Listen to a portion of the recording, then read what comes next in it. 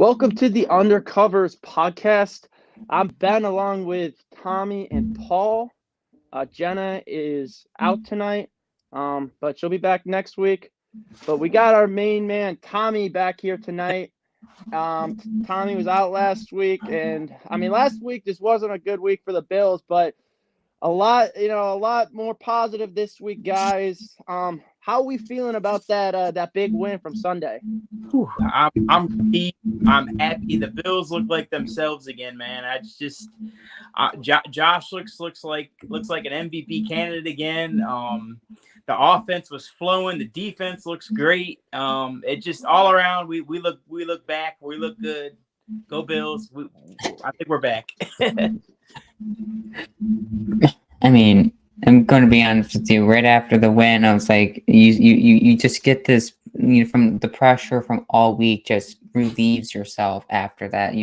All the hype and build up from week one. You lose in an awful way. You just feel this pit of pressure, maybe just a bit stressed out. Then you hear all this criticism. Then you hear all these dumb overreactions, and you hear all these other fans saying that the season's over, the Bills are over, Josh is over, all these dumb overreactions. And you head into this week, you get a win, you kind of shut up all the haters, but you also kind of bring in new haters because now Josh Allen has his most efficient game ever in his career. So it's like it just relieves yourself, puts you in a good mood. It makes me feel good mood. I was in a good mood for most of Sunday after the win. I'm still in a good mood, and now on to this week.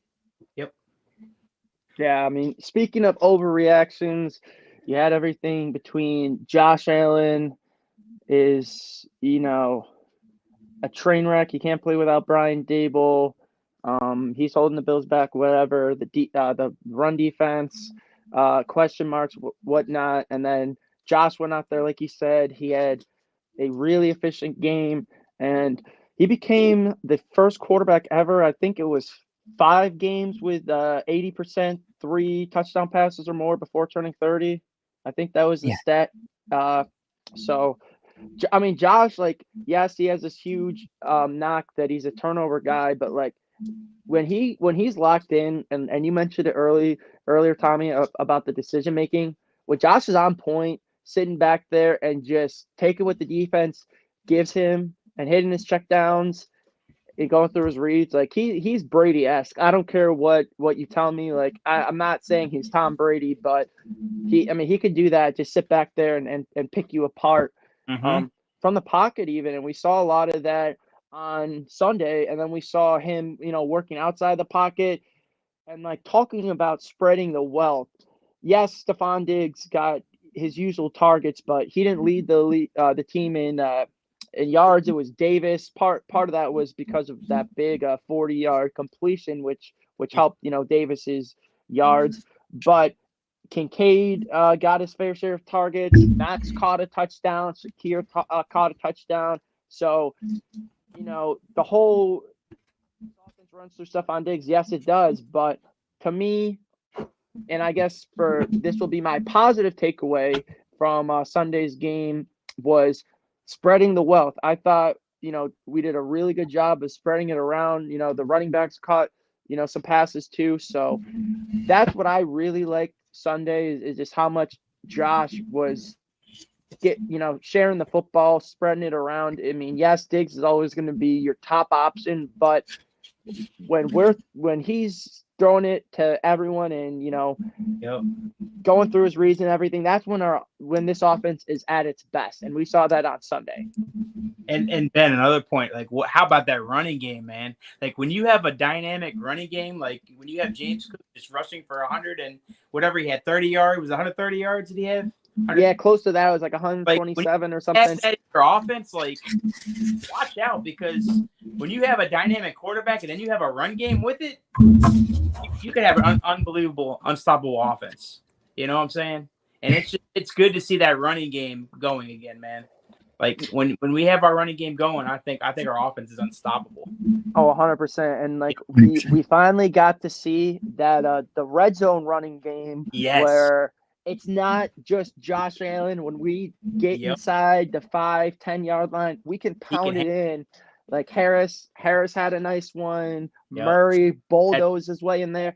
And Yep. how about Dalton Kincaid's run Oof. blocking Oh in my- that Oh, that game? was awesome.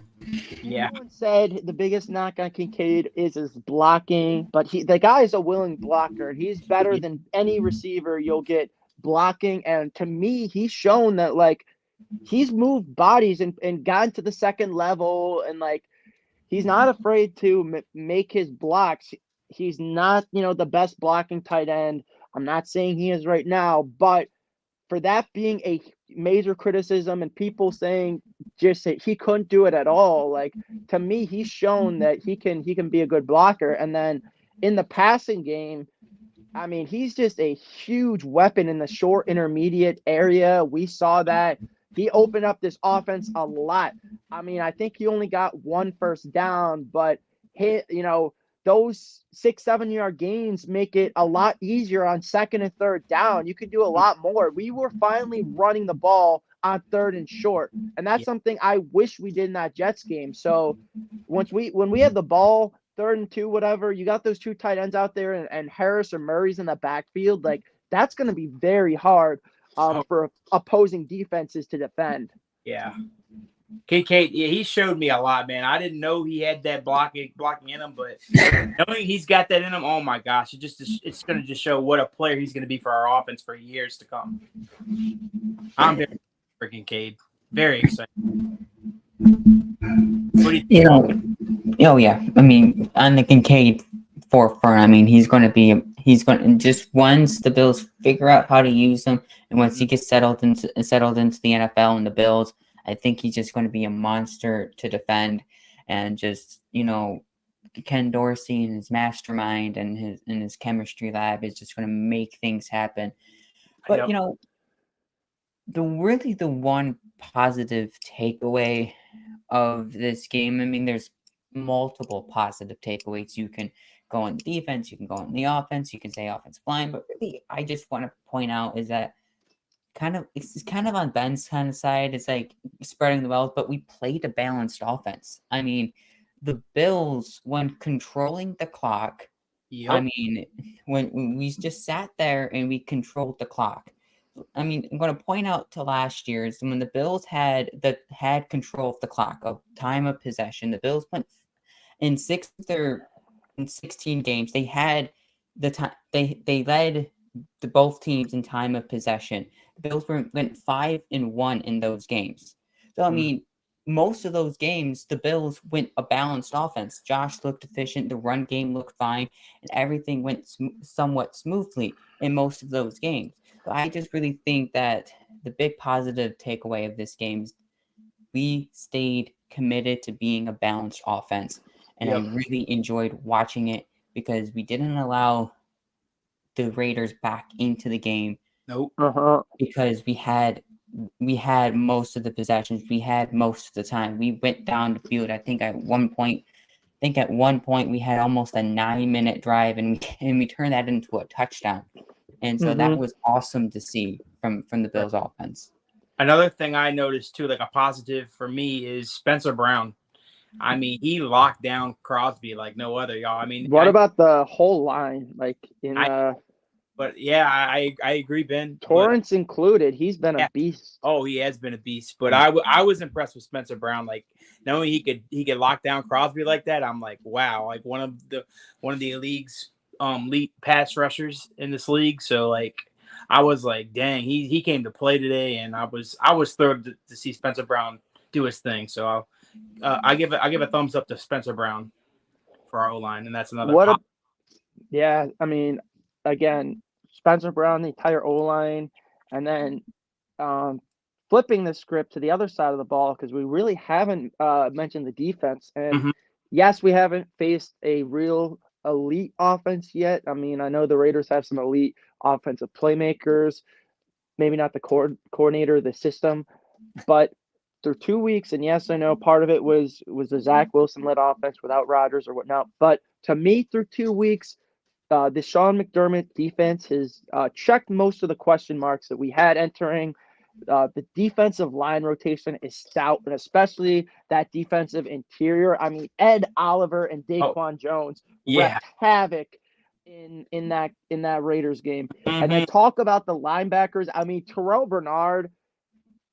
Can we just talk about how good Terrell Bernard has been? I mean, that Oh yeah. interception, but the run defense too. Like, Yeah. I mean, there was a point in the preseason discourse where we were talking about Terrell Bernard, just all the pieces around him. If all the pieces around him can play well enough, Yeah. you know, he may be able to be an okay starting Definitely. linebacker and not be a weak link. Well, through 2 weeks, not only is that not entirely the case, he's looking like one of the standouts on this Yeah. defense. Like, he's a strong point, and he's constantly around the ball. Mm-hmm.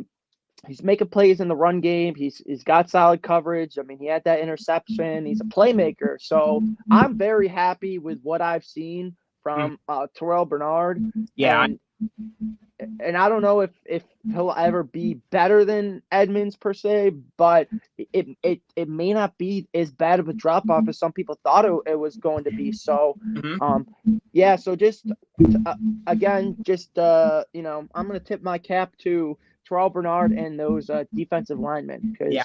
because they were balling all And game. positive, okay, Josh Jacobs, wasn't he the league leader in rushing? He was. Yes, he was. He was. -2 rushing yards. -2 yards. The league leading rusher to -2 yards. I mean, you I mean, 100% credit because that is hard to do. I mean, what other defense could do that? You know what I'm saying? yeah.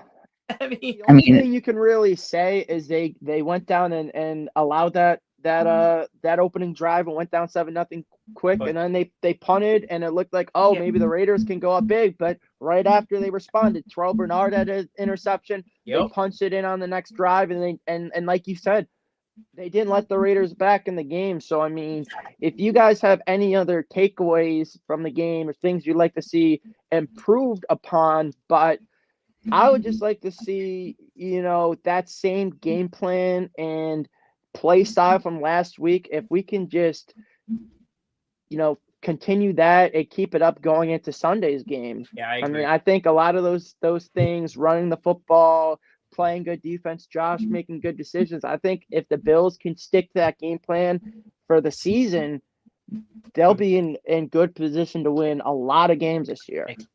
Yeah, my only negative from the defense, it's just getting off to the bad start. I want to get a defense on the first drive on defense. I want to get a 3 and out. That's right. Just don't want them to go down and score. So that's just one of my things my things to work on. I'm not gonna say it's a negative, but just things to work on. I think hopefully Sean McDermott and that they'll figure it out on defense. So yeah.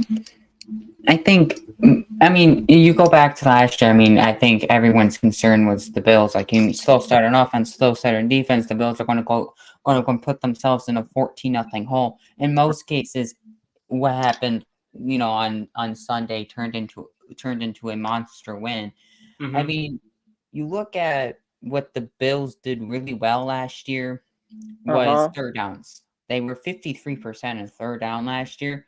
Right now, they're 46.2% on third down this year. I kind of want to see, as we go throughout the season, I'm sure this third down percentage is going to go up. But right now, we're stalling on third down. I kind of want to see a better third down game plan heading into Washington, and then definitely heading into our next home game, which is Week 4 against the Miami Dolphins. Is a big game. You're going to have to convert some of these third downs. So, does it start on first down? Yeah, you don't want to see Ken Dorsey dialing up a all go on first down. No. And then nothing else happens after that. So, more efficient third down play was my negative takeaway heading forward. His play calling last week was really good. So it was phenomenal. Yeah, third down something, I guess. 46 is still pretty good. There's always going to be room for improvement, but I think part of that too is the Bills know they didn't do it against the Jets. Part of me thinks it was because, if Rodgers was playing, I think McDermott goes for a few more of those, fourth and shorts. But Right. I think he was just playing too conservative, and ultimately that may have cost him. But this is a team that does tend to go for it on some of their fourth downs. I mean, we went for it a couple times right on Sunday. So there's going to be situations where we're playing our third downs to set up, a fourth and short. So, yes, sometimes the numbers might be slightly skewed, but I mean, I'm looking at our offensive, output. Our red zone offense has improved. Yeah. Josh is playing very efficient. I know outside of last week's game, but I mean, I think there's a lot to like from the offense. And I mean, Sunday we're probably gonna have our biggest test of the season because I still don't think the Commanders' defense is on the level of the Jets, but they do have some good pieces, and their offense is definitely more respectable. And the way their offense played last week, like the Bills' defense, they're gonna have to bring their A game Sunday because Sam Howell is low key slinging it. And Eric Bieniemy is kind of giving him the keys to that.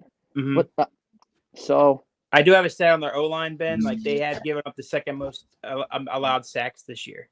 Washington. Yep, they had given up the most to sacks in the league. So this is our chance for our D line to go after them. I think. I agree. I mean, I don't get pressure.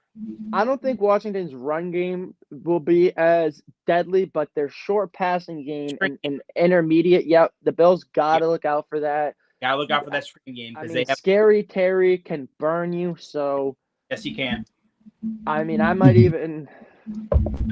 I mean, this is hottest of hot takes, but I might dress Kyer Elam for that game in case Scary Terry is giving Benford and White some trouble, and just say, Elam, look. Yeah.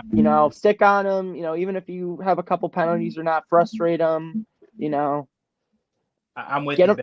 Like I think once we get to some of these other teams, I think you're gonna have to play Elam. Once you get play him this week, you got to play him against Miami, don't you? You have to play him against Miami, in my opinion. So why not?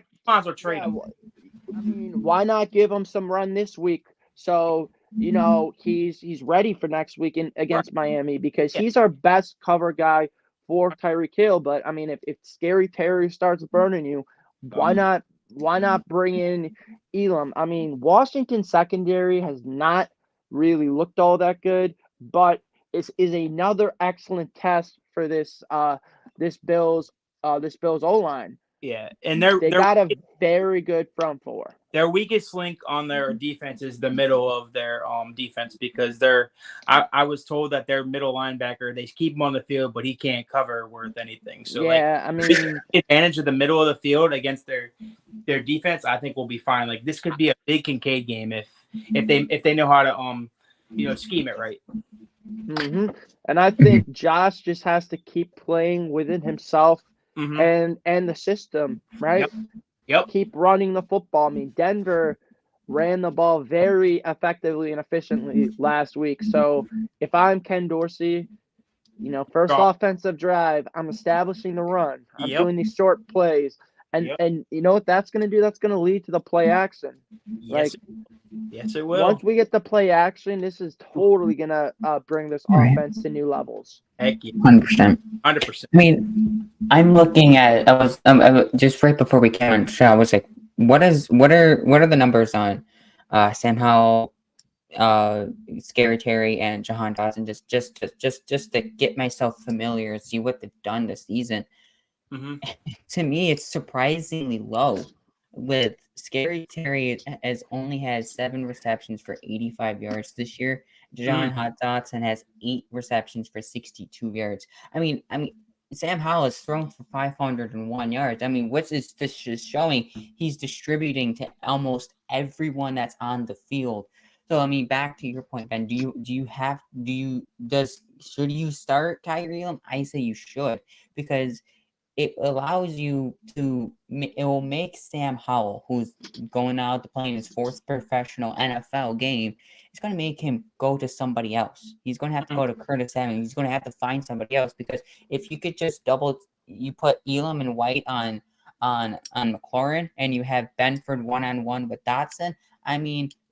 Benford's been pretty good in coverage this season, so I think he can handle Dotson. Yeah. I mean, you can, Right. or you can even put Johnson on Dotson, once in a while there too. I mean, it will make Sam Howell, who doesn't have the great offensive line, make him move around just a little bit, find somebody else, and before he can find somebody else, he's probably throwing it away, or he's sacked. So I mean, I really think it would be a smart idea to start Kyrie Elam in this game. It would just, I think, it would just make the defense life easier, honestly. Well, see, here's the thing to me, and you kind of brought up a good point. Just talking about Howell being inexperienced. Like, these are the games that you should be playing Kyrie Elam, because he's not going up against that experienced vet who knows, what he's doing, who's gonna, either pick on Elam or, so if I'm the Bills, I think these are your time to get your young corner some valuable snaps. And I'm not saying this because it's a throwaway game. Like, Washington is a very talented team. yeah. I think with Eric Bieniemy calling the plays, like, that's gonna completely change the equation for this Commanders football team. Like, I mean, they could. I mean, I don't know if they'll make the playoffs this year, but if they keep going on their positive, uh, projection, like, they got a very good trajectory. I like where they're going, and they got a solid defense. The NFC's not that strong this year. I mean, I think they got to beat the Giants for the playoffs. Like, their path to the playoffs is that Giants wild card spot from last year, and then they got some other tough games too. But if they can knock out the Giants Yeah. at least once, maybe twice, like, that's their best path for the playoffs at least this year. But I see them on that, positive trajectory now, and even if they don't make it this year, I like what I see in Howell. I think Bieniemy's changing he's giving that offense an identity. They really haven't had any kind of offensive identity since really Kirk Cousins was their quarterback. Yep. I mean, even going back maybe to the RG3 era, but that's something that this franchise has really lacked. So Yeah. I'm not saying it's a total layup game for the Bills, but the Bills are the more experienced team. They're still more talented for me. So these are the kind of games where I think you let your young guys play. Yeah. Knowing Go Washington, ahead, Tommy. I was going to say that I think right now I would put them, and I think they're a playoff team right now. Just the way they got that young nucleus on offense. They have a really good defense. I think with the NFC the way it is, I think they can sneak in as a wild card. Well, I think it's going to come down to between Green Bay. Mm-hmm. It's going to come down between Green Bay, Washington, New York, and Seattle for that final for those wild card spots, in my opinion. Atlanta, you like Atlanta? Oh, I think Atlanta can sneak in because they have Bijan. I think Washington right now, it's in that where they want to go. It's going to be interested because even the Rams can realistically compete for a wild card. Like, they only lost to the 49ers by a touchdown. Like, that's the best team in football. Like, if you're playing that team that close, like, you could feasibly beat anyone in your conference. Okay, Ben, another 2-0 team. Are you buying this team, the Bucks? Are you buying the Bucks?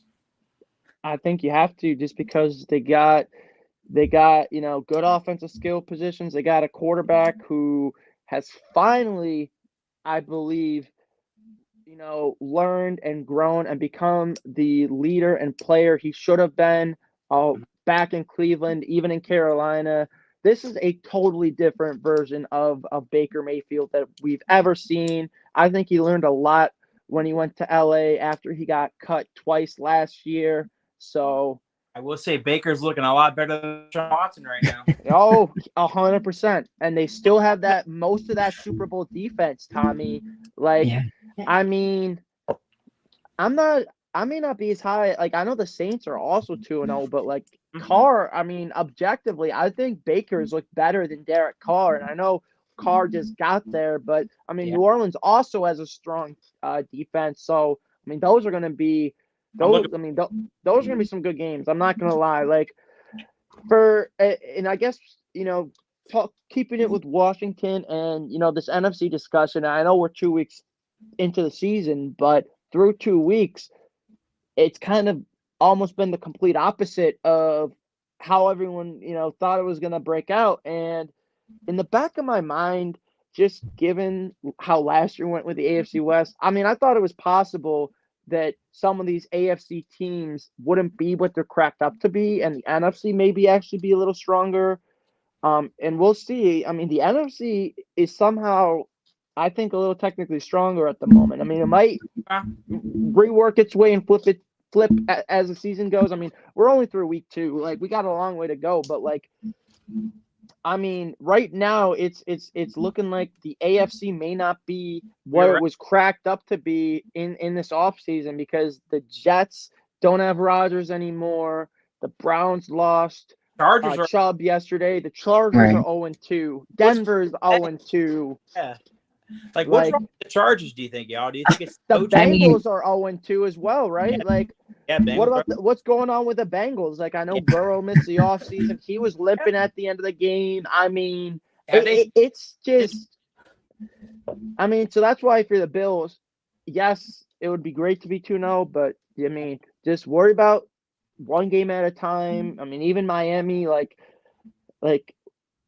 we'll probably get to Miami more next week. Right. But I'm still not buying that Miami hype as much as other people are selling it. Right. We got to see a full season from Tua.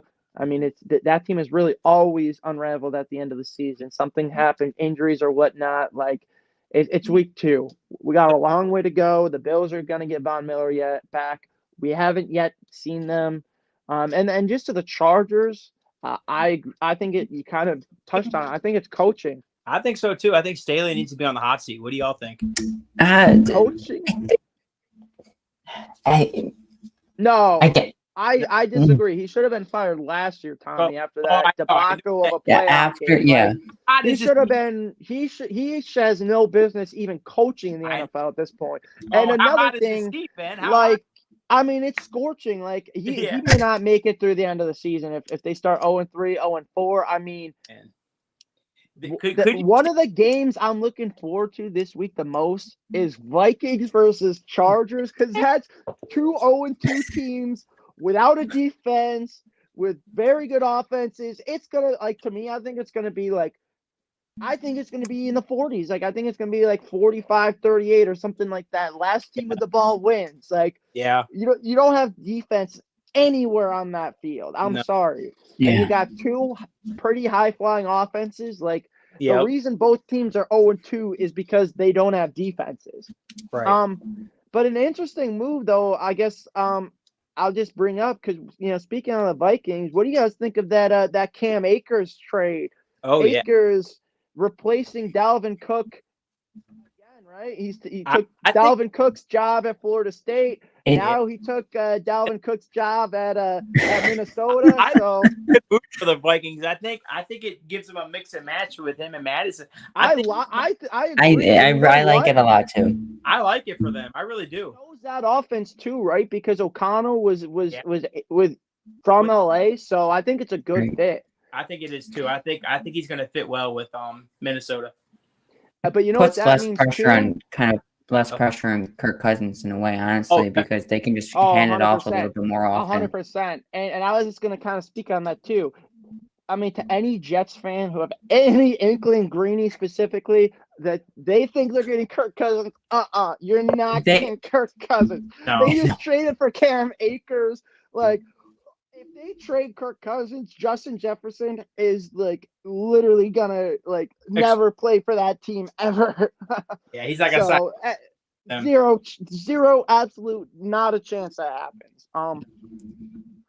But I mean, I guess back to the NFC, like, Mhm. you look at these other teams. I mean, I mean, as far as rosters go, I mean, I think you could make an argument like Washington is one of the more solidly constructed rosters. Right. Like, Yeah. there really aren't a lot of weaknesses there. I mean, I know we spoke about middle linebacker, offensive line, maybe in the secondary too a little bit, and then of course there's the question of Sam Howell, but I mean, he's played pretty well so far. I mean, Denver's defense is definitely not what it was last year. Mhm. I'll say that.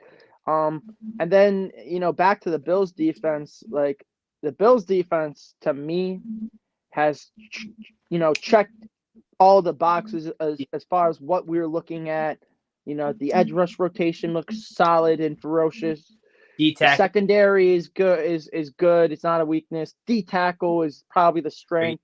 Yep. Both linebackers are playing unbelievably. I mean, McDermott has been aggressive. He's confused offenses. Like, Yep. this has been a very different Bills defense, and I am here for it. Me too. And I mean, it's going to be, it's going to be just as big of a test for this Commanders offense, this young offense, young quarterback, inexperienced O line to play this Bills defense. Like, Mhm. and it's also, I guess, going to be an interesting factor because you got Rivera versus McDermott again, and the familiarity they have with each other, kind of like that type of chess match. Eric Bieniemy also does have some familiarity, from playing the Bills with Kansas City. Obviously, he doesn't have Mahomes and Kelsey. Uh-huh. Thankfully, he doesn't. Yeah. So, I mean, just again, I'm interested to see how how the Bills D line plays versus this Commanders O line. I know you mentioned it, Tommy and Paul, Got both some. about Well, giving a lot of pressure for having weak O line. Like, this is the day for Greg Rousseau to eat, for AJ Epineza to eat. I mean, we don't know if Leonard Floyd's gonna play. Dawson Knox is also on the injury report. There's another player on the injury report. We had Bernard three, was, I believe. Bernard was Bernard. Okay. Bernard was there, yeah. We need Oh, we need Bernard playing. Phillips was on there too. Yeah, but I Illness, mean, got an illness, Phillips, I feel like, is always on the injury yeah, report. he got an illness, but I think it'll. Yeah. I mean, what kind of like makes me somewhat concerned? I know the Broncos defense is not, it's not the same as the Bills defense. We've been saying that for most of the show, and some fans are out there saying this is going to be an absolute cakewalk. I mean, this game can turn into 38-10 quickly, but like where I kind of want to see is the Bills cannot let their foot off the gas in this game, because if they Yeah. do, they're going to turn into the Broncos, who are up 21-3 and end up losing 35-33. I don't want that to happen, because it certainly can happen, because it happened last week when the Broncos were up big. They were controlling the game. They had that game to take, and then for some reason they couldn't finish. Then they were playing from behind. Then they had to throw the ball more. That would put more pressure. In this case, if the Bills would have to go back from behind and try to get this game, it would put more pressure back on Josh and make him try to play superhero ball. I don't want that to happen. If the Bills go up big in this game, do not let off the gas. Don't think the rest of this game is going to be easy, because Washington shows if you lay off, we're going to come right back into the game. Right. I also think just because of who they played next, maybe they have a situation where they overlook Washington, and they're worried about Miami, because Miami's 3-0 or whatever, playing this great football, and they look unbeatable right now. If the Bills are too focused on Miami, Washington may catch them by surprise. So yeah, we and can't. I mean, last time we overlooked the team, it was that. Remember when we played Jacksonville? Yep. Them right to our next opponent. Yeah. Not do that again, because they will kick off. Do that. And I think I'm not so worried about that, just because I think if you look at, history, we really have taken care of business on most games we really should have, even away. Right. Like, I mean, Detroit, Chicago last year. I mean, I think Detroit, even last year, I would still say last year's Detroit Lions team were a better team than this year's Commanders team. At least when we played Detroit. I mean, Right. maybe the Commanders might finish with a better record, but at the end of the season, the Lions were playing very good football when we played them on Thanksgiving. Yeah, they were. So, I mean, we beat them in their house, big game. I mean, it's going to be a big emotional game for them because they sold out 2 home games for the first time Mm. in 15 years. Wow. And I mean, Tommy, I know you're kind of from the area. Yeah. I mean, you think do you have any kind of home field advantage? You think it's gonna be raucous down there? I mean, I know from the Bills backers bar I was at last week. I know a lot of them are going to be at that game, so it could be a mixture of a lot. Bills fans, 50-50? I think maybe the Buffalo fans help sell out that stadium. I think so. I think you're gonna see a lot of Buffalo and Washington. So I mean, we do have a lot of Buffalo fans in the area too. So I know. I saw on Twitter like this was awesome. By the way, from Leishon and a couple other fans, they're taking Eddie's father that's to awesome. the game. Oh, that's awesome. So just So- shout out to Leishon, who always does great stuff for Bills Mafia, and the other individuals. I don't remember who they were, but just an amazing thing to see, and hopefully we'll be able to take home that W again. So yeah, but Hi, right, Ben? yeah. Anything else on this Washington matchup? I mean, I don't think the run game is as potent as the Raiders. I think the short pass game, they don't have a Devontae Adams, but I think their secondary and third options are a little more dangerous, just given we didn't face Jacoby Myers last week. Right. But also, I mean, Jimmy G is still a smart quarterback, and he doesn't really turn the ball over and make a lot of mistakes. And we forced him to make a lot of mistakes last week. Part of it was just our great linebacker play. But, I mean, you might expect a guy like Sam Howell, who's going to be in his 4th start, to have a few more forced errors than a guy like Jimmy G, who doesn't really turn it over to begin with and is in like his 100 and something start. And I think the Commanders O-line is a little bit worse than the Raiders O-line, so we can definitely be able to get pressure on Howell, and we can maybe force them to throw some interceptions or get some sacks on him, maybe a strip sack. So I think there's opportunity there for the Bills defense. I will say that. Certainly. Who is I guess one thing I think it would be kind of fun to do, I guess, in each of our game previews. I guess we should, each can pick one player to watch for the Bills. Okay. For me, I think the player to watch this week is going to be. I think it's going to be James Cook again. I think he's going to pick up the ball right where he left last week. He's going to score a touchdown this week. I'm calling it. All right.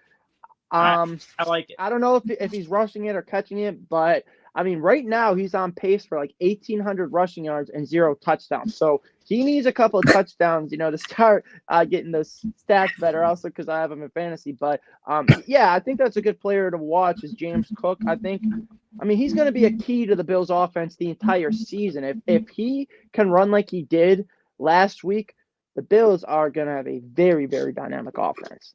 My player to watch is going to be Matt Milano. I mean, he's on an interception streak, so get another one and get 3 in a row. I mean, all I'm going to say is Hal better be aware of Matt Milano because he's going to be all over that field and be wreckage. So I love it. If he doesn't, be aware of Matt Milano, I mean, Milano will be right there to pick it off. So Matt Milano is my key guy to focus on. How about they play Gabe? I mean, just look at what he did last week: 6 receptions, 94 yards, and a touchdown. I really do think where I found interesting right before we came on, I just looked at, because I know he had a 94% snap percentage. I mean, when he was on the field for 94% of the plays in week 1. in week 2, he was only on for 74% of the plays. So Wow. I think his usage on the field matters, and where you put him on the field also matters. That's where, you just want to keep seeing the in-game improvements. I just want to see Gabe Davis. I mean, he doesn't have to go for 6 for 94 and a tutty, but Mhm. I mean, if he goes 4 receptions, 64 yards, and something around there, or has somewhere similar to this game, makes me feel that Gabe Davis is the number 2. It's just how you use him as your number 2 is going to be interesting. I don't think him 90 on the field for 94% of the plays is going to benefit him, but him on for 74% of the plays with some other people and some other people, some other game with some other people, some blocking, and just so they can open him up just a little bit more will help this game. We still got you, Ben? Ben, you Yeah. You can hear me? Can you hear Yep. me? Yeah, we Yep. can hear you. Just your screen All spot. right, perfect. Sorry, We just can't see you, Ben. I'll be back. Okay, so are we? Yeah. So we're our next segment of the show. We're going to do something new. We're doing power rankings, both NFL and college. We're gonna do our top 5 right now, NFL and college. There's a lot of big time matchups in the pros and in college. So I guess without any further ado, top 5 college teams. Tommy, who are Yeah. your top 5 college football teams? I'm gonna start off from 5 to 1. Is that cool? That's Go for it. perfectly fine with me. So at number 5, I got Notre Dame. Okay. They look really good this year. I think they have a shot to be in that playoff this year. I think, y'all. So watch out for Notre Dame. At number 4, I got Michigan, another strong team. Number 3, I got Florida State.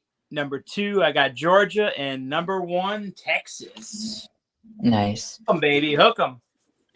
Yeah, go for it. I mean, I don't have a problem with the list. I think it's perfectly fine. I think Notre Dame, just because they're in a non-conference and they're independent in football, best bet for them into the college football playoffs. They have to go at least 12-0, or I mean, in this case, maybe 11-1. 11-1. But they still have Michigan and Ohio State on their schedule, i.e., Ohio State this weekend.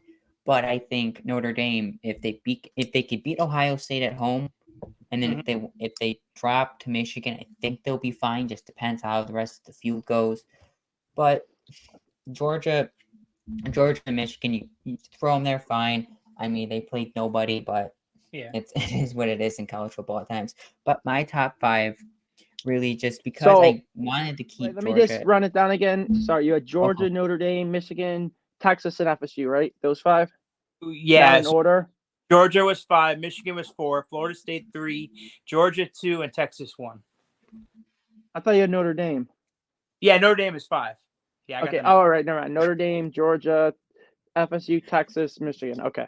Yep. All right, Paul. All right, starting with 5 is Washington. I mean, they started a game against a home game against Boise State. They had Tulsa. They had a somewhat okay non-conference schedule. It was okay, but to me, when I'm making these rankings, I'm looking at their non-conference schedule, but I'm also looking at what they've done in the field against these teams. And Washington has just played outstanding. I mean, they went to Michigan State last week and they just blew them out. I mean, going to the Big Ten on the road is hard, but to go on the Big Ten on the road and blow them out, it means something, even though it's against a Michigan State team that's in turmoil right now. Right now, it's for USC. I mean, Caleb Williams is the star there. I mean, their offense is wonderful. I mean, they haven't really played a strong non-conference schedule yet, but they have a really strong Pac-12 this year. They're going to have to navigate through, and I think they're going to get through it fine. Yep. Number 3 is Penn State. I think Penn State is a really good team. I think Ayler still has tons to learn. I think he's going to improve throughout the season. this season, they still have Penn State and Ohio State and Michigan on their schedule. Their defense is really good. I think out of the 5 teams, they have the best remaining schedule. So I throw them in 3. Number 2, I think 2 and 1, I think, are the easiest in college football right now. It's Florida State at number 2.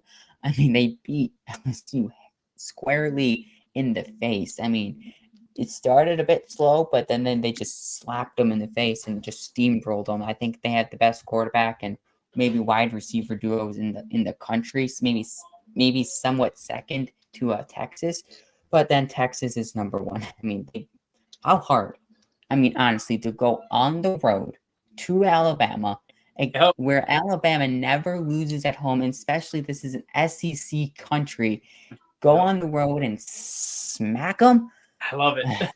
I mean, that there's no question. I mean, Georgia played nobody in their first 3 weeks of the season, and they're just steamrolling around the country. But then you get Texas, it's like, hey, we just beat Alabama. You don't have Alabama on your schedule. Work on it.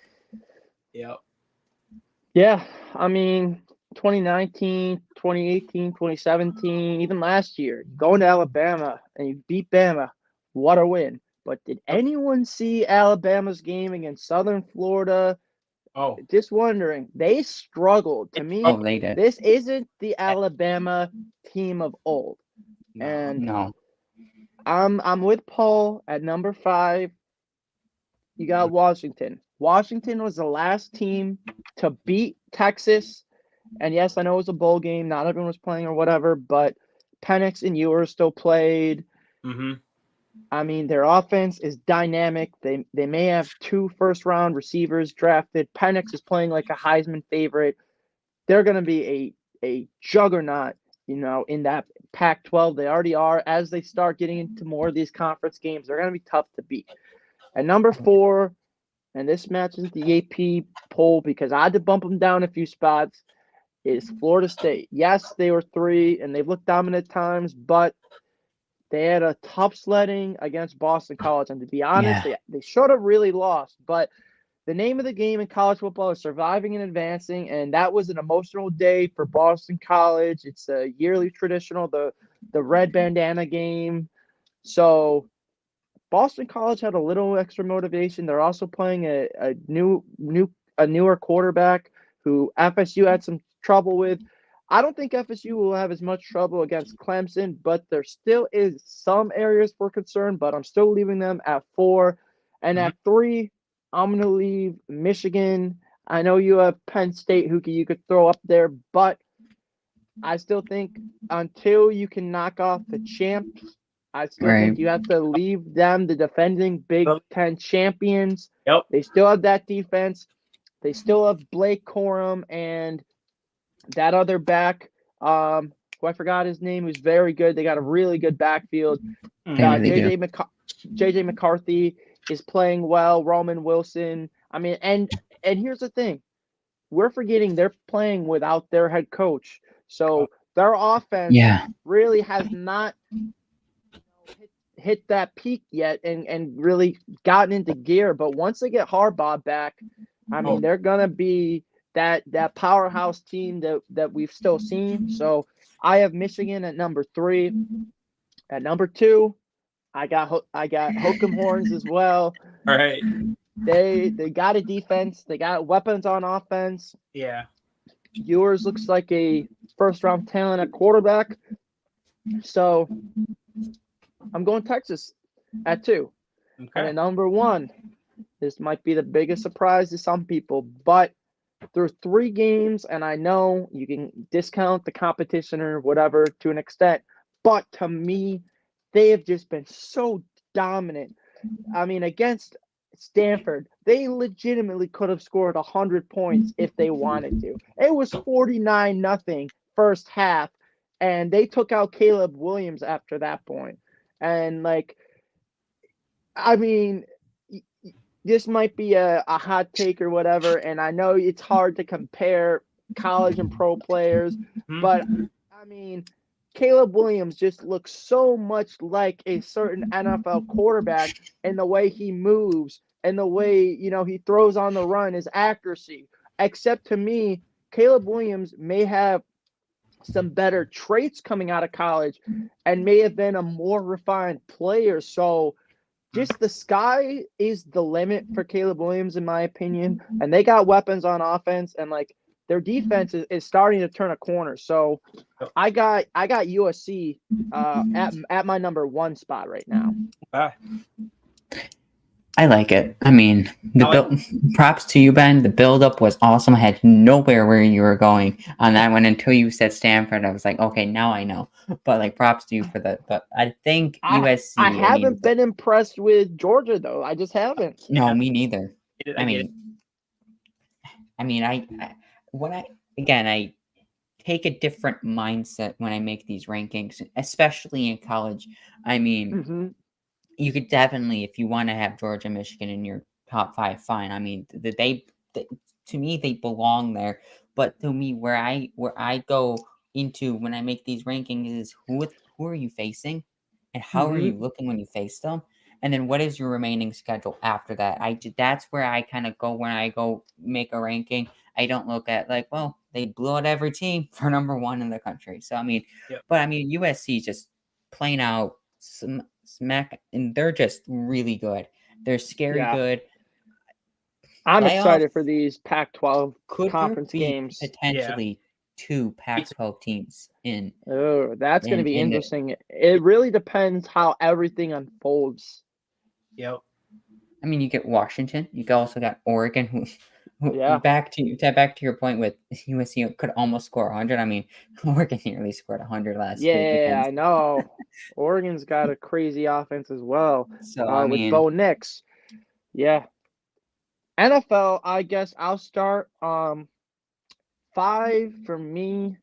And after, I'm gonna stick with these rankings because this is what I thought when I was picking teams, and I may have forgotten a couple teams, but I'm still gonna leave them there just because.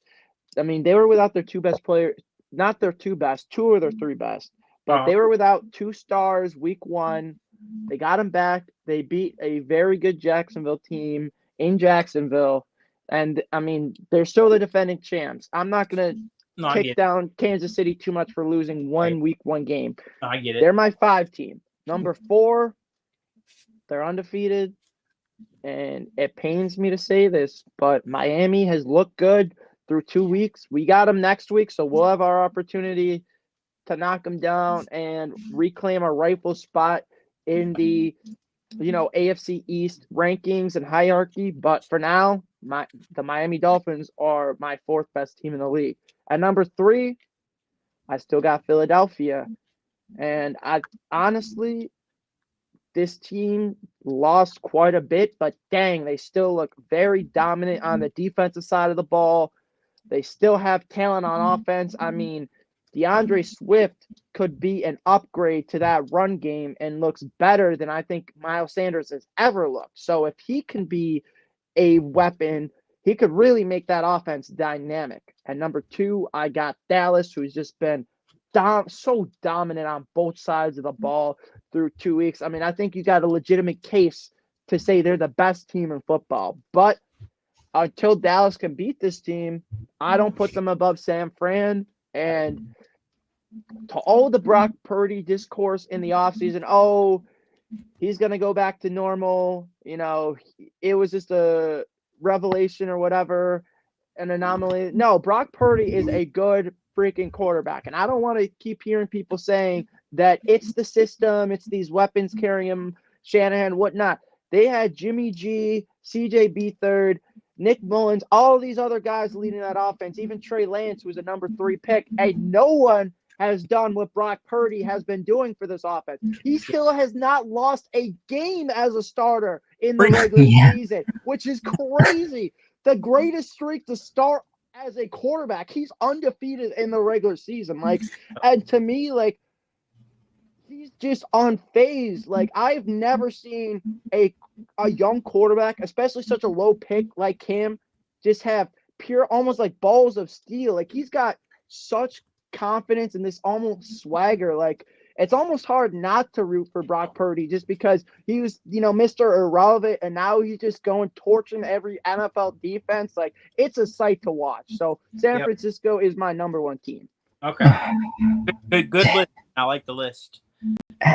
Really quick before you go into yours, Tommy, I just want a quick point on Brock Purdy. I'm scared he might turn into the next Tom Brady. That's all I'm going to say. Go ahead, Tommy. Okay, no, that's actually a good take. You never know. I mean, Mr. Relevant turned into Tom Brady. Yeah, he could be. Okay, so NFL rankings. I know I might get criticized for this, but I'm still sticking with our team at 5, and I got the Bills at 5. I think, after last week, it shows the defense is still there. They've only gave up 10 points last week, and literally they only gave up They only really gave up 16 the week before. I mean, 13 of the points came off of 13 came off of turnovers, right? Then the punt return. I mean, how much did the defense honestly give up in a clean game? Much. So, I still think our defense is literally still top 5, top 4. So that's why I have the Bills now as my 5th team. I was debating whether to put the Ravens or the Chiefs there, but from 7 to 5, I had the Chiefs. Then I had the Ravens. Then at 5, I had the Bills. So I'm sticking with my guns there, and I think they can still stick there after next week. So at number 4, I have the Eagles. I mean, the Eagles, they're looking. I mean, they were a little shaky week 1, but then they came back and they look better week 2 against the Vikings. I mean, like Ben, you were saying, Swift, he's a monster in the backfield. So if they could just keep him going and maybe use a little of that read option, play action with him and Hurts, they can get that RPO. When you have AJ Brown and Devontae Smith on the outside, I mean that's scary, and I feel like the Eagles right now I think they're the 4th best team right now. And you got a great offensive line as well, Dallas Goedert, and the defense is still it's young, but it's still elite. So it is. So I mean, how good has Jalen Carter been? Oh my gosh, he's been honestly, awesome. I got people trying, to say, oh, a defensive tackle to win Defense Rookie of the Year. I'm doubling down now. I'm feeling even better about my Jalen Carter Defensive Rookie of the Year pick. He has been phenomenal through his first couple of games. Well, I think he's had a good chance of winning that award, Ben, and you might have hit that right on the nail, man. All right, number 3, I have the Dolphins, and I think it's fair to say that they have deserved it because the way their offense is moving the ball. I mean, when you have Tyreek and Waddle and Mostert running the ball like he is, I mean, how do you stop that offense? Really? Yeah, it's tough. It really is tough to stop that offense. And I hate the Dolphins with a passion too. I hate them with a passion, y'all. Yeah, I have to put them at 3 just because the way they're playing right now. I mean, maybe the Bills can just knock them off their stump next week, and I can have the Bills ahead of them. But right now at 3, I think the Dolphins deserve to be right now they're the 3rd best team in my opinion in the league. Number 2, I got the Cowboys. I mean, Micah Parsons. I mean, he's a freak, isn't he, Ben? Micah Parsons. Oh my gosh.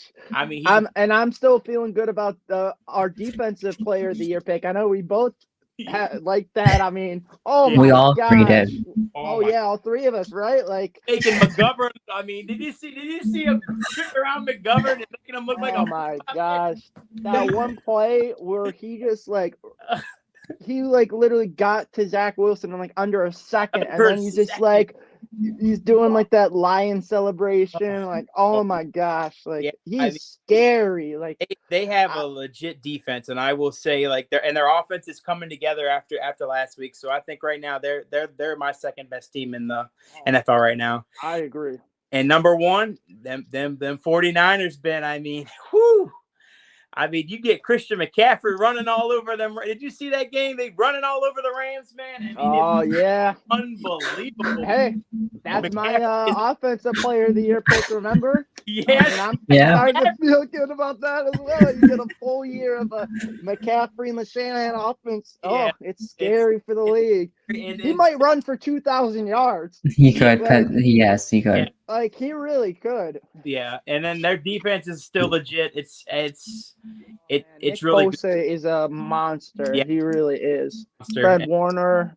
Whew, yeah, they have. I think they have the number one defense in the league. So Oh, I agree. they're my number Yeah. one team. They're my number one team going into week 3 right now. So we'll see if They anything. got so many dynamic playmakers on offense too, Yeah. between their tight end, their receivers, their running back. Yep. That it's just it's gonna be hard to beat that team. And I'm sorry, Giant fans, but I think y'all are gonna get destroyed tomorrow night. I know. Sorry if Evan. I ruined the picks, but that's Yeah, I know. Andrew Thomas and Saquon are already ruled out. I believe. Like they may as Yeah. well not even like Gonna get on the- get off Wave the white plane. flag. I mean, Wave the don't white even take flag. credit. Wave the white flag. Paul. Yep.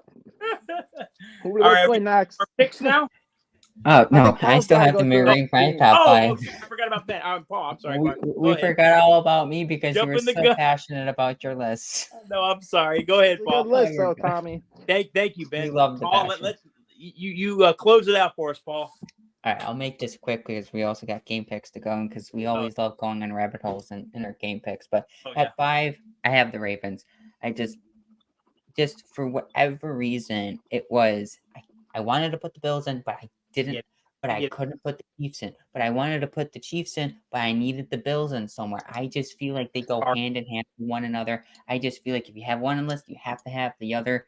So I just left them both off the list, have them play week 3, and let me see what they both look like in week 3. So that's why I'm throwing the Ravens in there. They're kind of like that placeholder, I guess you could say. Yes, sir. 4, I don't know what pains me more to put on this list, Miami or Dallas, because both of them pains me. Yeah. I mean, just see Miami good again just makes me, and it puts a sick pit in my stomach. It I just can't see him succeed. I want to see it Tua succeed, but I don't want to see like the rest of the Miami offense or defense to succeed. Yeah. Hopefully, the Bills do what the Sabres did, is end another Florida team season. 3 is Philly. Just offense, defense, all coming together. They haven't really took a step back from last season. They're a scary team to watch. Number 2, Dallas. I mean, I really think it's just Micah Parsons. Just the person he is puts them at 2. I mean, their offense is lights out right now. They're playing well, but I mean, you take Micah Parsons off that defense and just off that team in general, they're just not seen. And then San Francisco, I mean, Mr. Irrelevant. They have CNC. They have Debo Samuel. They have Brandon Ayuk. Yeah. They're just a super team combined into one. It's just, I don't know how any team at this point stops them. Yeah. It's just a scary development in San Francisco. Even one building for the last few years, and here it is. It just comes out. Oh no, I was just gonna say, like, I agree that Mike is a talented player, but I mean, I still think Dallas would be a top tier team even without him. Like, they got a very well constructed roster. Like, there's really not a lot of holes. I'm looking forward to that Dallas and San Fran game, Ben. Yeah. Oh, me too. Good. That'll be good. Yeah. So, are we ready to move on to our game picks? Yeah. Sure. I'm gonna make a slight. Do we like all 5? I was gonna take off a game and replace it with a different game. Wait, are we doing 5 or 6? I thought we did 6. Oh yeah, sorry. We're doing 6. I was going to replace one with a different game, and that's okay. It's up to you. You can go ahead and do that. But in the meantime, I got some college games for us to pick too. I thought we could, because there's 6 ranked matchups this week. Let's do it. Not all these are going to be ranked, but some of them are. Let's get them quickly. First, 19 Colorado at Oregon. Or no, Oregon at Colorado, right? I think it's it's Colorado going to Oregon. Okay, Colorado going to Oregon. I was right. So 19 Colorado going to Oregon. They're without Travis Hunter. Yeah. I got Oregon winning big. I got Oregon too. I got Oregon. Yeah. I don't want to sound like a Dion hater because I'm not a Dion hater. I'm a Dion lover.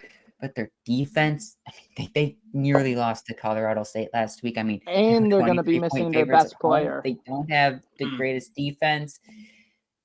Oregon wins big. I mean, like, I think this game's probably over at halftime. Yeah, and they're going to be missing Travis Hunter too. So, Not good. Next, I got number 4, Florida State at Clemson. Clemson has bounced back after that big week 1 loss to Duke, but I'm going Florida State here. I think it's going to actually be this is going to be a very good game between these two teams. I think Colorado and Oregon is a blowout, but I think FSU Clemson is going to be entertaining, but I still think FSU edges them out. Yeah. At least by a touchdown. I mean, they may pull away at the end, but I got FSU here. I think they take care of business. This is in Clemson, correct? It's Yes. going away. But this Okay. is the year for FSU to win it. Like, they need to win this game if they want to, go on their run that they want to make this year. What But I is still got FSU. really quick, if you don't mind me asking, what is the status on Jordan Travis after being hurt last year? He's a complete. He's fine. I mean, There's he no played issues, last really? week, so I would assume he plays this week. So I I haven't assume heard I was just anything about curious it. on what was the injury because I missed it, but okay. Yeah, I mean, yeah, I think it was some kind of upper body, but yeah, I don't think it was too bad. Okay. Based on that, I think There we Florida go. State is. I'm back. Sorry. Hi, Tommy. You're good. I'm back. Overall, I Sorry, just think someone FS gave me a phone ring, and You're good. I texted them back. So You're good. okay, so what was the next game we were at? Sorry. Florida State, Florida Clemson, State I'm about to make at my pick. Clemson. Okay, yeah, I think it's going to be a close game, but I got Florida State edging out Clemson. Yeah, same. Give me Florida State. Yep, same here. Next, we got Ole Miss at Bama, 15 against 13, and you guys can go ahead and talk about this game. Okay. And I guess I'll do my pick last just to be a little dramatic. All right. Who do you like in this game? Ole Miss, Bama. Ooh, this is gonna. It's at Bama, right? Correct. Yep. I think Bama's gonna edge. It's gonna be I think it's gonna be a real tight game, but I think Bama's gonna edge them out. Edge them out by at least 3 points. I'm gonna say it's a 3-point Bama win. What about you, Paul? I have nowhere to go with this because Alabama hasn't looked like Alabama, but Ole Miss hasn't looked like Ole Miss. But Right. they're both somehow ranked in the top 15 for some Yeah. odd reason. I don't know how. Give me Ole Miss. I don't Okay. think the quarterback Ooh. play. I like it. I don't All think right. Alabama's quarterback play is up to par yet. I mean, they played Buckner last week. They basically told Buckner at halftime, "Go take a seat. We're going to put the other guy in," and they put the other guy in, and he didn't look good. So they're like, they threw the towel in, and they say, "Hey, Miller, go back to playing quarterback. We have no one to put there." Their offense is not the same. Give me Ole Miss beating Alabama in Alabama. Give Alabama their second home loss, and that would make my hot take for the season. Alabama outside the top 10. That will keep them outside the top 10 for. Yeah, I agree with you 100%. I think Ole Miss gets the upset. I think Alabama's quarterback play is still a major concern, and this isn't the old Alabama. No. We're used to seeing. It's not the Alabama of old. So I got Ole Miss next. Okay. 22 UCLA at number 11 Utah. I got Utah. I think Utah wins by at least maybe a touchdown. I got Utah by a touchdown. This Utah, Oregon, really quick, right? Okay. Yep. It's in Oregon? Oh wait. It's Utah in Utah. Yeah. Utah and UCLA. Okay. Oh yeah, give me Utah. Sorry, I don't know why I blanked for a minute. Yeah, you're good. I mean, I like Utah a lot, but we still have not seen Cam Rising this year. And even if he plays this week, I don't know what Cam Rising we're gonna see just because he hasn't played since the Rose Bowl. So I like UCLA actually. Dante Moore has been balling for a freshman. I mean, Chip Kelly has really done a good job of, just turning this program around. We kind of talked about it a little bit when we interviewed Alec, back in, March or April, whenever we did. But I don't know if you guys remember, but Alec Anderson was Chip Kelly's very first signee at UCLA. Yeah. So that was kind of, the start of a new era for UCLA. And I mean, last year we saw them with Dorian Thompson-Robinson almost beat USC. So I like UCLA in the upset. Next, we got another top 25 Pac-12 matchup. 14 Oregon State and DJ Ugale versus number 21 Washington State and Cam Ward Jr. This should be another great matchup. Give me Oregon State. I'm going to take Oregon State here. I'm going to stick with Washington State just because whenever they're home in the primetime spot, they usually get the job done. And they're at home in the primetime spot. I like Oregon State, but I'm going to stick with the home team in the primetime spot here. Gotcha. Okay. Washington State is a tricky team. I mean, you've seen Wisconsin go into Washington State and they lost both times. Mm-hmm. You know, they're just that tricky, wild team. I'm surprised they haven't found a conference yet because they're that weird team that they're up in the Northwest somewhere. Yeah. I mean, neither of the teams have found a conference, right? Yeah. The winner non-conference. gets to go to the Big 12, maybe. No, I'm kidding. Yeah, maybe. That could be a good consolation surprise, man. Give me Washington State in this game. You know? I think Washington State, they're that tricky team in prime time. Give me Washington State. Okay. Next up, Ohio State and Notre Dame. Number 6, Ohio State at number 9, Notre Dame. Last year, we saw the reason that Notre Dame could not get the job done was because of who they had at quarterback. He could not score.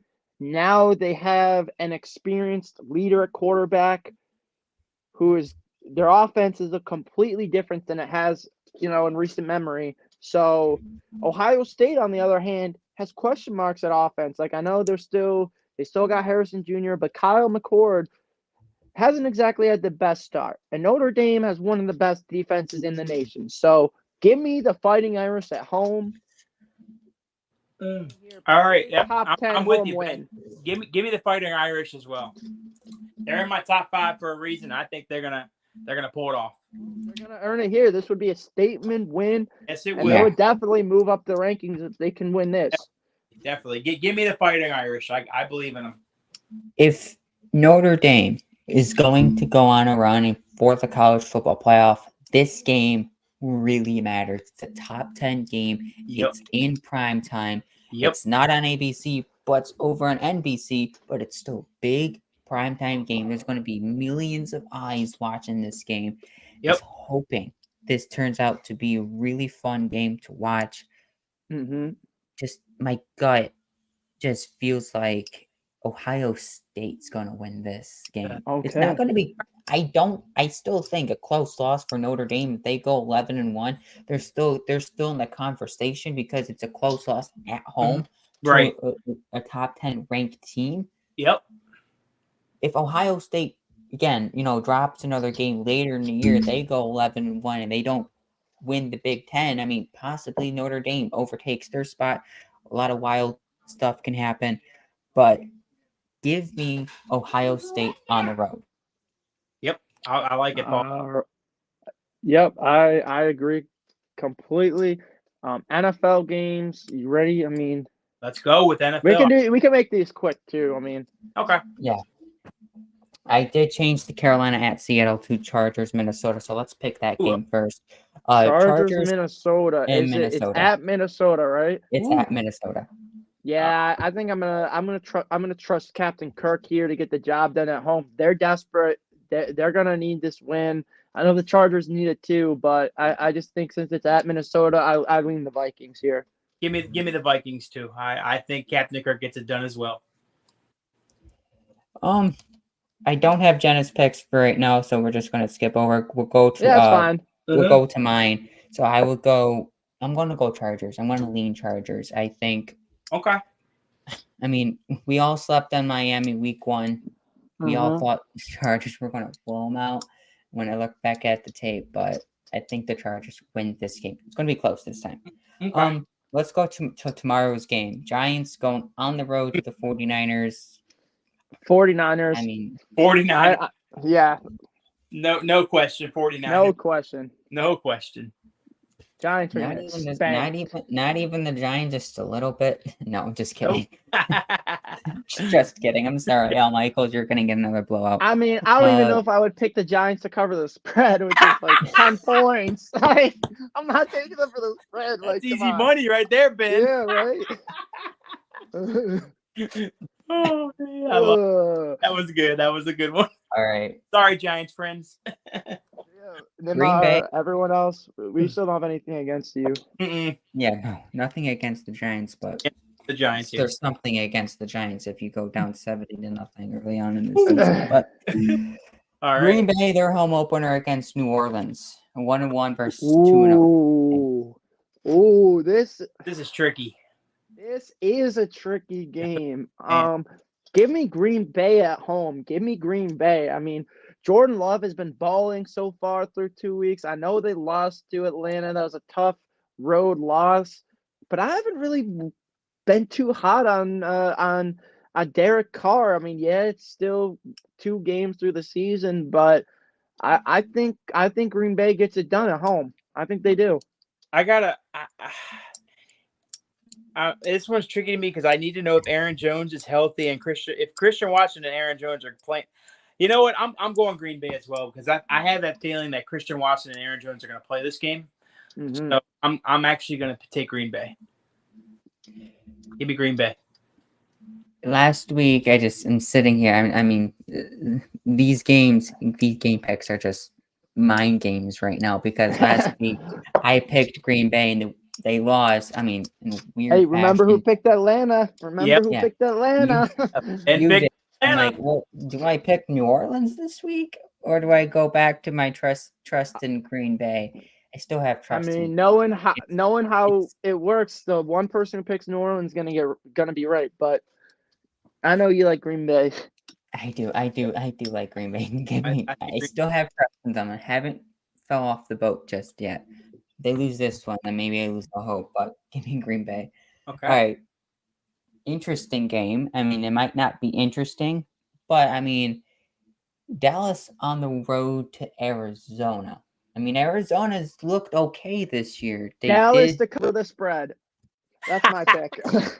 Yeah, I got Dallas. This game I had Dallas. They cannot lose to Arizona. If they lose to Arizona, they're falling out of my top 5 rankings. They're falling out of my top 20 if they lose to Arizona. They are not. They lose. I got Dallas. They lose to Arizona. They're the meme for the rest of the year. But give me Dallas. I just for some weird reason, my gut's telling me go Arizona. I'm just going to trust my gut. Go Arizona. Oh. I mean, this might ruin me in my standings after this week's game. My standings is going to go from here from here to all the way down. Yeah, you never know. If you pull it off, it's going to make you look really good, Paul. Yeah, it is. You're going to look like a genius. So that's the plus side. On the negative side, you're going to look like a total idiot. But I mean, if you're right, you're right. Hey, in our hearts, though, Paul, you're never an idiot. You're the man, Paul. That was just I just have that weird gut feeling. What's our next game though?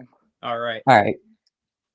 Eagles. I'm gonna save the normal Bills pick to last. So the second to last is going to be Eagles going on the road to the Tampa Bay Buccaneers. Eagles. EAGLES. Eagles. They're gonna go on the road and get revenge for that wild card loss where Jalen Hurts got embarrassed by that Tampa Bay defense. I think they're going to go in and pound Tampa Bay. Like, I know we kind of talked about Tampa Bay a little bit. Does that mean you fall off their ship then if they lose? Because it seems like you were buying Baker, but now you're like, they're going to whip them. I'm not getting off the Tampa Bay ship because Philly is in a different class. I still think Tampa Bay, when it's all said and done, they're going to be right there with New Orleans, maybe ahead of them when the season ends for that NFC South. But I mean, Philly's got revenge on their minds. Mm-hmm. Tampa ended their season a couple years ago in Tampa. They're going to remember that. So, and they're just a better team to me. So give me the Eagles. Give me the EAGLES Eagles. Let's go. I just feel like everyone's going to go Eagles here, and then I don't understand. I don't know why these picks make when we all pick the same team. It just gives me gives me the gut feeling the opposite team's going to win. But this time, not going to trust my gut. I'm going Eagles. I think Hey, it's going to Paul, be let's a go. good game. I don't think it's going to be a blowout. I think we're going to be handed a good Monday night game. Yes, we are. And give me the Eagles. Yep. All right. I got Bills, the Commanders. Bills. I got the Bills. I think we take care of business. I got the Bills winning this one. I think I had them winning 28-17. Okay, I like that. I'm gonna go. I think it's like either 33-21, 35-23. Like I think it's gonna be just a weird, funky score, and I think we're gonna be able to put up points, and I think we're gonna be ahead, and they may have to just kind of come back later, kind of like they did against Denver, except we're not gonna let up the lead like Denver did. And then for them, it's going to be too little, too late. So I got the Bills. I think the Bills win comfortably. Me too. Yep. I think I got the Bills, obviously, but Huh? Bills last year were at 30. It scored 30 times or 30 plus 0.7 times last year. And they also held their opposition to 13 or less 6 times last year. I feel like this is going, I think early on in this game, Washington's going to hang around. I think you're going to look at halftime. You're going to look, it's 14-13. Are you serious? We're supposed to be pounding these guys. But it's going to change in the second half. They're going to make their adjustments, and the Bills win like a 31-13 type of game. There we go. Good job, y'all. Yeah, I like all the picks. Tomorrow we got that Giants 49ers game. Yep. Matt and Patrick are gonna go live with their show that they do every week, the Buffalo Basement. Yep. 7 p.m. Saturday. Yep. Saturday we got a full day of college football from I know. kickoff at noon between FSU, Clemson, Colorado, Oregon, all the way up to the 8 o'clock slate. And then we got another full day of NFL football. Oh, also, I'm going to throw a bone to spring football. We got some interesting news today. XFL and USFL could be merging. That might be it seems like it's going to be finalized. It seems like it's going to be a thing. That's gonna be huge for spring football. I mean, we already seeing a lot more spring football players making these NFL rosters and sticking. So now we'll get like a legitimate spring league, and who knows, with 16 teams, I think there's gonna be a lot more, I think, interest, because it's gonna feel more like a legitimate league. Yep, definitely. And I think it's also, gonna help with the revenue, and that's gonna in turn eventually bring in better players, which is gonna lead to better football. So yep, if you're a fan of football, it's a great thing, because the I watched a little USFL, a little XFL, not a ton this year, but I mean, if that joint combines and there's a good league with 16 teams or something, I think a lot of football fans would watch it. So just make it fun and appealing to the eyes. That's where I'm going to say. I mean, quarterback play wasn't in both leagues were mid. They're all right. So you saw a lot of running. You saw a lot of 17. Was it McGoo? Alex McGoo? Who? The quarterback, Alex McGoo from what? I think he was one of the better quarterbacks, right, in the USFL. Thought so. I think so. Something like that. Yeah. I lost interest after week 2. Yeah, I don't blame you, but I mean, if they get better quarterback play, better, who knows? It might work. But anyways, thank you again to tuning into the Undercovers cast. Once again, for Paul and Tommy, I'm Ben, and you guys have a good night. Have a good night. Go Bills. Go Bills.